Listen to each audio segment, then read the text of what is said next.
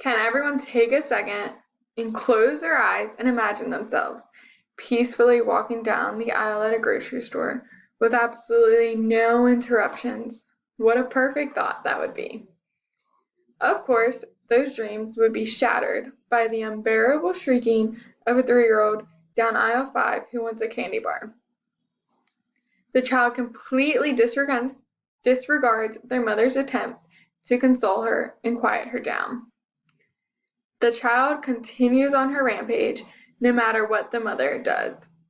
The first thought among any rational person's mind, myself included, would be how to discipline her child. I have worked with children for many years, and I know from experience that not all children will respond the same to every form of discipline. The Psychosocial Pediatrics Committee has done research and recommends that timeout is the most effective form of discipline. It is important for parents and caregivers to know all the possible forms of discipline that can be done, including timeout, natural consequences, logical consequences. Different techniques will not work for all children, so it is important to do trial and error. For example, a child may not respond well to timeout and will constantly run away from their timeout area. Today I am going to outline and inform you about 3 possible techniques to discipline children. These techniques are recommended by specialists. The techniques for discipline include timeout, logical consequences, natural consequences, and if given proper knowledge and information about the techniques, then parents can decide on the best form of discipline for their child. As I said before, the techniques that I will outline for discipline include timeout, natural consequences, logical consequences. The first type of discipline that we will talk about is timeout. Timeout removes the child from the current situation they are in, and there is a set time and space that is required. The space could be like a corner or a specific chair that the child knows to go to when the parent says that it is time for timeout. It is important to make sure that there are no distractions in the timeout space, like being able to see the TV or having toys to play with. Timeout should be enforced immediately as soon as the bad behavior is present. Timeout has been proven to be one of the most effective forms of discipline, but it is important that it is followed through. It is most effective between the ages of 2 to 5, but it should be introduced before 24 months of age, and it is still effective through primary school years. The Psychosocial Pediatrics Committee stresses the importance of associating the bad behavior with the discipline, with a simple phrase like no hitting. It is also important not to yell at your child and not to let your anger control you. You should also not bail your child out.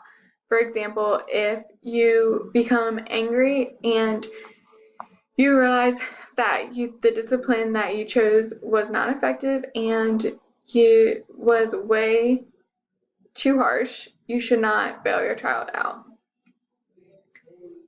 You should also not bring up past misbehaviors like the child hitting their brother 2 weeks ago, because they have already been disciplined for that. The second type of discipline that we will discuss is natural consequences. This is when children have to learn on their own. For example, if a child doesn't clean their room, then they can't play with friends, or if they don't study for the test, the child fails the test. These are consequences that the child learns to accept responsibility for, and it is important to make sure the child is not put in any danger when they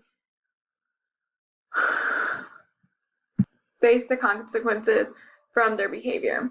The pediatric doctor, Stephen Dowson, recommends the technique because children will naturally want more independence, and it is important for them to learn to deal with the consequences that they deserve. The positive aspect as well to natural consequences is praising children for doing well. It is important to realize what children do well instead of always looking at the negative. The third type of discipline is logical consequences. Logical consequences are consequences that are used when there is not a prior consequence set up, so the parent has to intervene and come up with a new consequence. These consequences make sense and are related to the bad behavior. For example, if a child crashes a car, then they are responsible for paying for the repairs. In this situation, it is also important for the parent not to over-exaggerate. For example, if the child crashes the car and the parent says, "You have to buy me a brand new car," and the child is not in a position where they would be able to do that, the parent will ultimately not be able to force the child to buy a new car. With logical consequences, just like timeout or any other form of discipline, it is important not to bring up all of their past failures and repeat everything that they have done wrong, because this is very negative and not encouraging. This consequence must be followed through as every other consequence, because you cannot be all talk, otherwise the child will take advantage of you.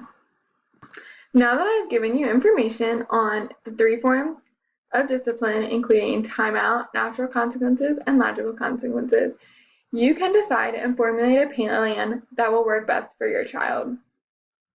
Next time you go into the grocery store and hear that child screaming so loudly that their lungs sound like they hurt and they're about to burst, you'll know a couple techniques that may be beneficial.